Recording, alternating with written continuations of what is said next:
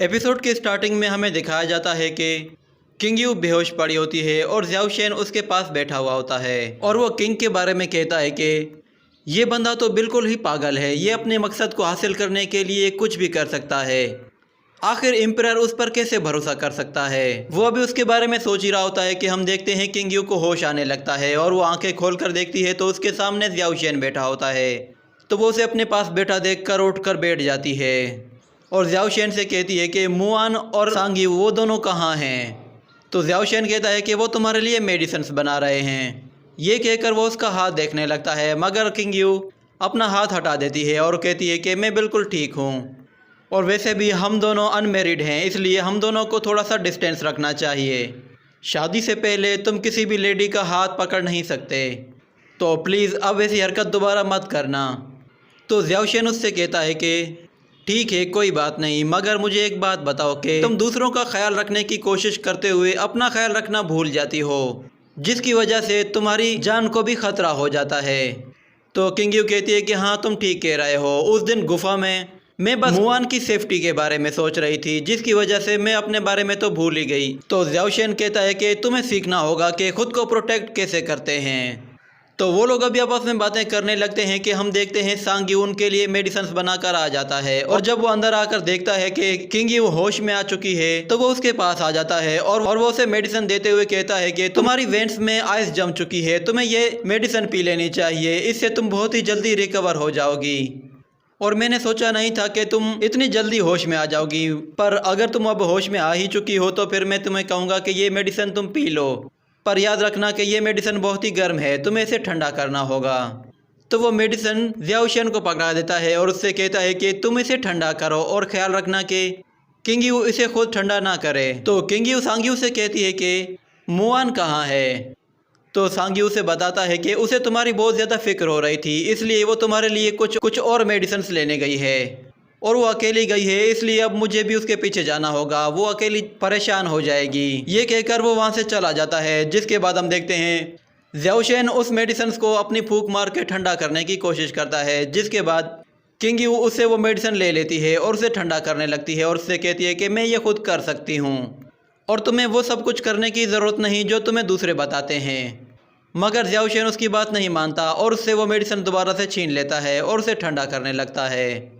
जिसके बाद ये सीन यहीं पे कट होता है। अगले सीन में हम देखते हैं कुछ लोग कुछ बैलगाड़ियों को खींचकर वहाँ से लेकर जा रहे थे। वहाँ पे मुआन भी आग जलाकर बैठी थी। जिसके बाद एक सिपाही वहाँ पे आता है, जिसे देखकर मुआन थोड़ा सा डर जाती है, मगर फिर वहाँ पे सांग यू आ जाता है और उन लोगों से कहता है कि अभी आप लोग रेस्ट कर लें और कल सुबह अपना काम दोबारा से शुरू कीजिएगा। मगर वो सांग यू से कहता है कि मेरे रास्ते से हट जाओ। ये कहकर वो आगे बढ़ने लगता है, मगर सांग यू को उस पर बहुत गुस्सा आने लगता है, मगर मुआन उसे कंट्रोल करती है। जिसके बाद हम देखते हैं कि एक गाड़ी से एक ब्लू स्टोन नीचे गिरता है, जिसे मुआन देख लेती है और जाकर उठा लेती है। और फिर थोड़ी देर गुजरने के बाद हम देखते हैं कि एक गाड़ी को धक्का लगाने वाला शख्स नीचे गिर जाता है, क्योंकि वो बहुत ज़्यादा थक चुका था। तो मुआन उसके पास आने की कोशिश करती है, तो वो सिपाही उसे कहता है कि उससे दूर रहो और अपने काम से काम रखो। मगर फिर सांग यू उससे कहता है कि मुझे लगता है कि ये बंदा शायद ज़ख्मी हो चुका है, तुम्हें इसे देखना चाहिए और वैसे भी मैं एक डॉक्टर हूँ, अगर तुम चाहो तो मैं इसे चेक कर सकता हूँ। आज वैसे भी ठंड कुछ ज़्यादा ही है, हो सकता है कि उसका ज़ख्म और भी ज़्यादा ख़राब होने लगे। मगर वो सिपाही उस इंजर्ड बंदे से कहता है कि हाँ भाई बताओ क्या तुम इंजर्ड हो। तो वो बंदा डरते हुए कहता है कि नहीं नहीं, मैं बिल्कुल भी इंजर्ड नहीं हूँ। तो वो सिपाही कहता है कि अगर तुम इंजर्ड हो तो बता दो, क्योंकि डॉक्टर भी इस वक्त यहाँ पे मौजूद है। मगर फिर वो कहता है कि लगता है कि तुम्हारी वजह से हमारा एक दिन ज़ाया हो जाएगा, लगता है मुझे तुम्हारी जगह किसी और को लेना होगा। ये सुनकर वो बंदा खड़ा हो जाता है और कहता है कि नहीं नहीं, मैं बिल्कुल ठीक हूँ, मैं कर सकता हूँ। ये कहकर वो दोबारा से उस गाड़ी को धक्का लगाना शुरू करता है, जिस पर सांग यू को बहुत गुस्सा आने लगता है, मगर मुआन उसे आगे बढ़ने नहीं देती और वो उससे कहती है कि चलो किंग यू को चल के बताते हैं। तो वो लोग जब किंग यू के पास आते हैं तो किंग यू से कहती है कि क्या हुआ, मुझे तुम्हारे चिल्लाने की आवाज़ सुनाई दे रही थी।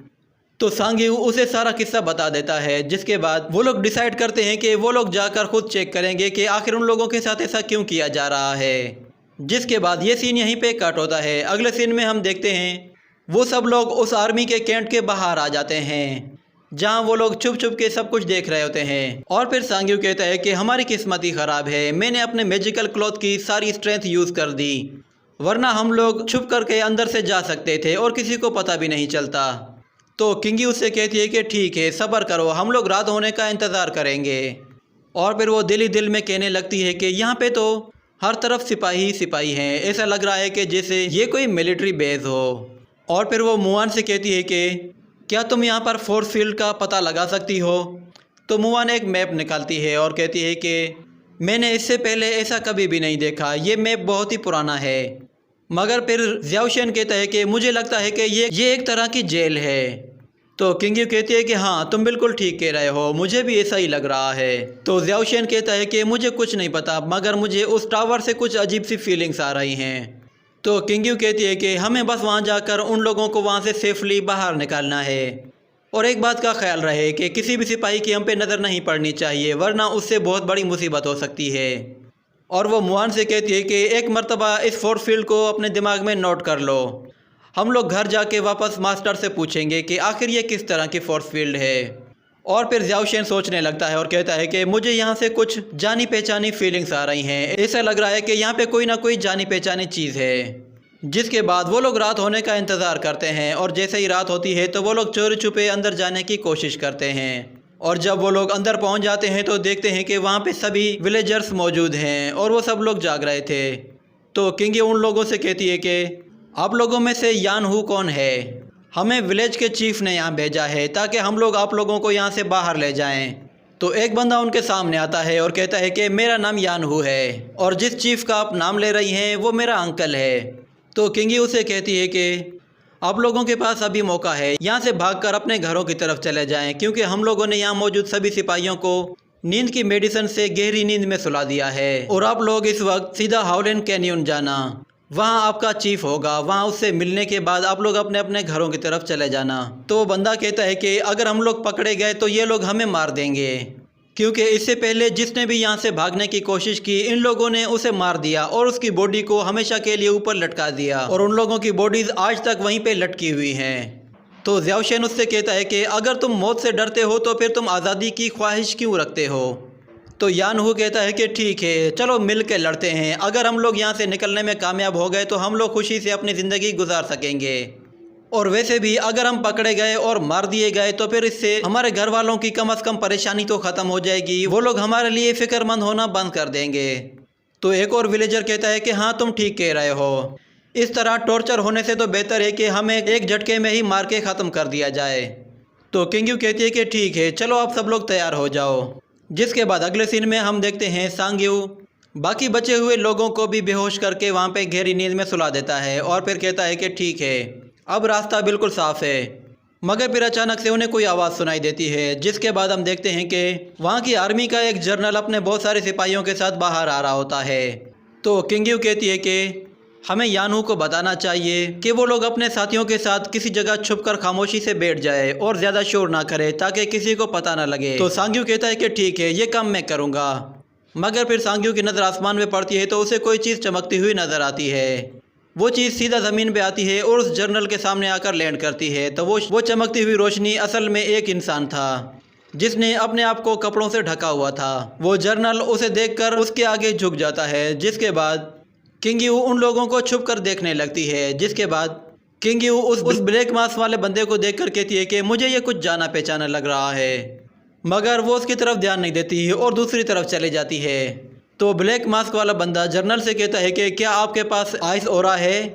तो जर्नल उससे कहता है कि मेरे पास आपकी उम्मीद से भी ज़्यादा है।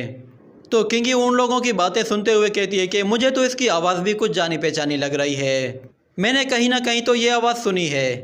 और दूसरी तरफ हम देखते हैं सांग्यू सभी विलेजर्स को वहाँ से निकालने की कोशिश कर रहा होता है और उन लोगों से कहता है कि जल्दी करो, यहाँ से भाग जाओ। तो वो लोग वहाँ से निकल रहे होते हैं कि एक शख्स एक लकड़ी के खंभे से टकरा जाता है, जिसकी वजह से वो पूरी की पूरी आग नीचे आ जाती है और फिर सब लोग चिल्लाना शुरू हो जाते हैं कि आग लग गई। ये सुनकर किंग्यू अपने दोस्तों से कहती है कि चलो हम लोगों को सांग्यू की मदद करनी होगी। तो वो लोग जैसे ही सांग्यू की तरफ आगे बढ़ते हैं तो मुआन की कोई चीज़ नीचे गिर जाती है, जिसके बाद हम देखते हैं वो लोग सांग्यू के पास पहुंच जाते हैं और फिर ज़्याओशेन अपनी स्वॉर्ड निकाल लेता है और हवा में मौजूद सभी तीरों को डिस्ट्रॉय कर देता है। और दूसरी तरफ वो आर्मी भी उनके सामने आकर खड़ी हो जाती है, जिसके बाद ये एपिसोड यहीं पे ख़त्म हो जाता है।